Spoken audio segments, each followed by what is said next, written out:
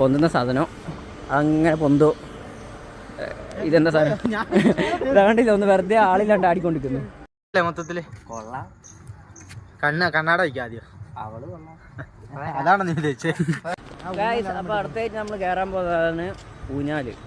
നേരെ പറക്കാൻ പൊക്കത്തേക്ക് ഊഞ്ഞാലിൽ കയറണ്ടോ? എന്തോടോ അത് ഊഞ്ഞാല്? ഗൈസ്, ഈ രണ്ടെണ്ണത്തിന് ഊഞ്ഞാലിൽ കയറാൻ പേടി. ഊഞ്ഞാലിൽ കയറാൻ രണ്ടുപേർക്ക് ഊഞ്ഞാലിൽ കയറാൻ പേടിയാ. കണ്ടില്ലേ, നോക്ക് ഊഞ്ഞാലിൽ കയറുന്നുണ്ടോ? കണ്ടോ?